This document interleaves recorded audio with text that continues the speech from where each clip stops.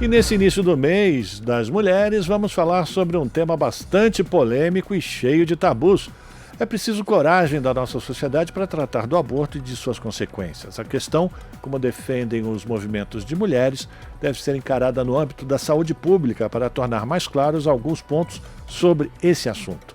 A repórter Larissa de Lima conversou com o Dr. Jefferson Drezet, professor de saúde pública da Universidade de São Paulo. Acompanhe.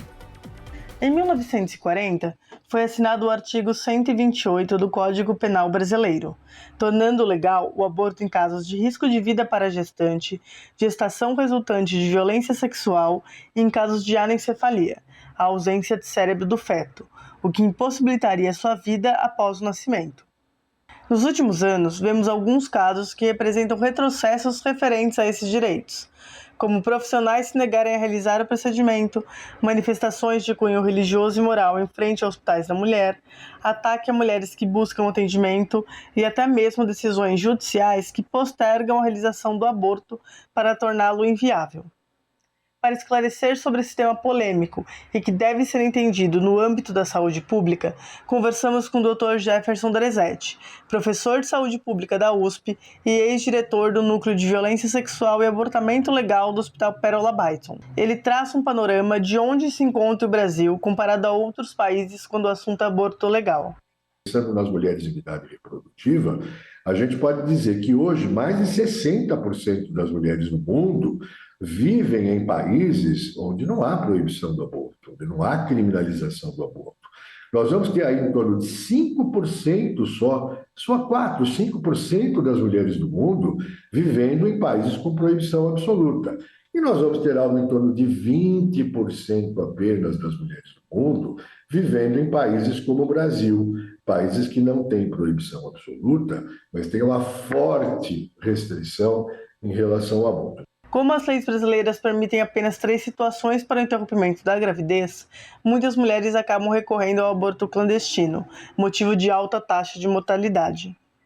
E o aborto clandestino, ele não tem qualquer tipo de regulação, de fiscalização, portanto as mulheres ficam, claro, o serviço público de saúde não pode participar desse processo, nem o privado, e portanto as mulheres ficam numa situação extremamente complicada, porque elas são obrigadas a procurar um aborto clandestino, que muitas vezes clandestino não é sinônimo, mas a clandestinidade pode se transformar num aborto extremamente inseguro, e esse aborto extremamente inseguro mata hoje 47 mil mulheres no mundo a cada ano. Mata uma mulher aproximadamente a cada 10 minutos. Uma mulher morre por prática de aborto, realizado em condições precárias, sem os mínimos requisitos sanitários, por pessoas que não têm qualquer experiência, qualquer capacidade de realizar esse tipo de interrupção. Portanto, o cenário se torna muito grave do ponto de vista de risco de morte para as mulheres. E aqui eu também quero acrescer que a gente pensa muito na morte das mulheres, é evidente que tem que pensar, mas a gente não recorda que muitas vezes essas mulheres não morrem do aborto, mas terminam com sequelas extremamente importantes que podem ser transitórias ou duradouras para o resto da sua vida, inclusive interrompendo toda a sua capacidade reprodutiva. Os resultados em países em que o aborto é legalizado são positivos, inclusive ocorrendo a diminuição dos números de procedimentos, segundo o Dr. Drezet. A proibição do aborto termina tendo um impacto extremamente perverso na mortalidade das mulheres. Aí sim, ela é extremamente eficaz para produzir morte, consequências e sequelas para as mulheres.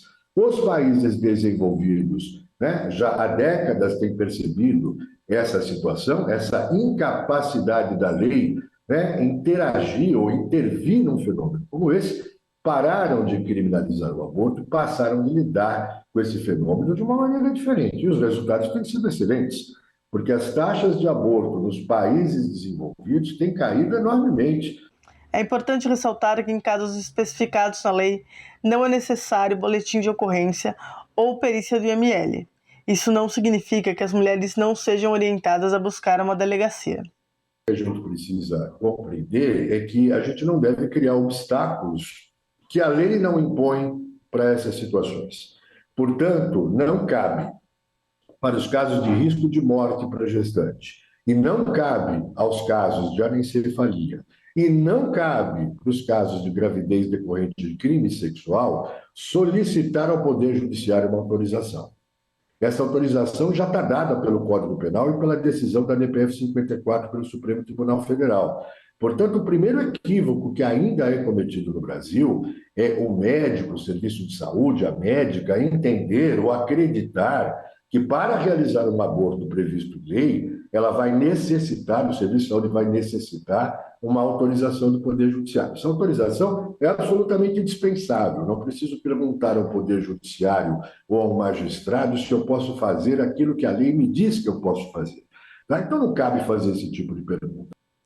De acordo com o Dr. Drizete, outro obstáculo que as mulheres relatam é a recusa de profissionais em fazer os atendimentos. Essa questão também é prevista em lei e em códigos éticos, porém com ressalvas como aponta o médico. É preciso deixar claro que a objeção de consciência não é um dispositivo de direito absoluto do profissional de saúde. O profissional de saúde no Brasil não tem direito à objeção de consciência quando se tratar de um caso de emergência, portanto, os riscos de morte, né, o aborto em risco de morte não se sujeita à objeção de consciência, tá? Então, nos casos de risco de morte, isso não pode ser colocado. E quando não há outro médico para prestar assistência, se ele é o único médico ali disponível, o único médico possível para prestar essa assistência para a mulher, ele não pode se recusar, né, se colocando na questão da objeção de consciência. São as duas, vamos dizer assim, as duas exceções fundamentais. O que não quer dizer que deixe o Estado brasileiro ter responsabilidade sobre aquele caso. Uma instituição de saúde não tem direito à objeção de consciência.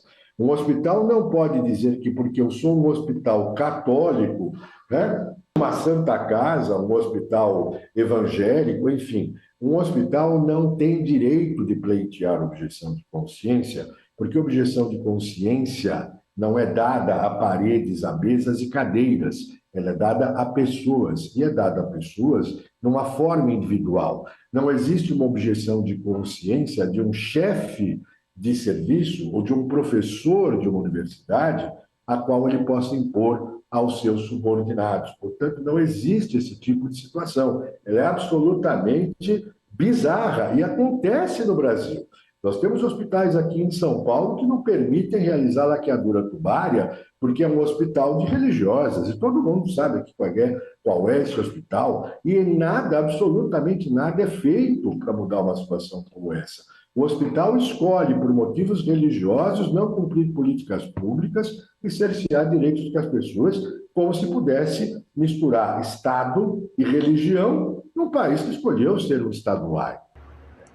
Na segunda parte da entrevista com o Dr. Jefferson Drizete, abordaremos como funciona o atendimento em casos de menores de 18 anos e se questões religiosas podem impedir o procedimento.